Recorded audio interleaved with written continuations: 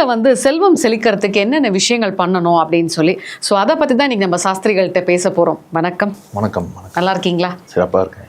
ஆக்சுவலாக வீட்டில் வந்து செல்வம் சேரணும் அப்படின்னா இன்றைக்கி மீடியாவில் வந்து பயங்கரமாக ரீல்ஸ் தான்.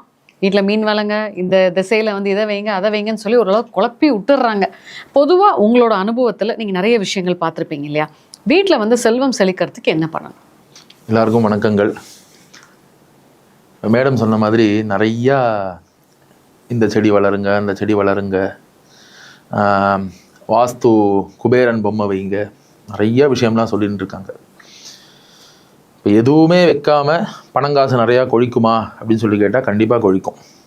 அது என்னவா பண்ணணும்னா, நம்ம வாழக்கூடிய வீடை வந்து ரொம்ப ரொம்ப சுத்தமாக வச்சுக்கணுமா. சுத்தம் அப்படின்னாக்கா மகாலட்சுமிக்கு வந்து ரொம்ப ரொம்ப பிடிச்ச ஒரு விஷயமா. எங்கெங்கெல்லாம் பர்ஃபெக்ஷன் இருக்கோ, எங்கெல்லாம் சுத்தம் இருக்கோ, அங்கெல்லாம் வந்து மகாலட்சுமி வந்து கொட்டி கொடுப்பாளாம். உதாரணத்துக்கு இப்போ ஜெயின் டெம்பிள்ஸ்லாம் எடுத்துக்கோங்களேன். ஜெயின் கோவில்கள் இல்லை அது சம்மந்தப்பட்டவாளோட வீடுகள்லாம் போய் பாருங்களேன். ரொம்ப அழகாக இருக்கும் வீடு. வீடு வந்து பளிச்சுன்னு இருக்கும். சுவாமி கிட்டக்கு தீபம் எரியும்.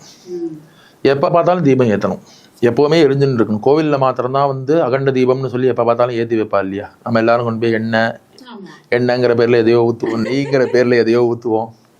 அது வந்து போனால் போயிட்டு பொறுத்து எரிஞ்சுன்னு இருக்கோம் இல்லையா?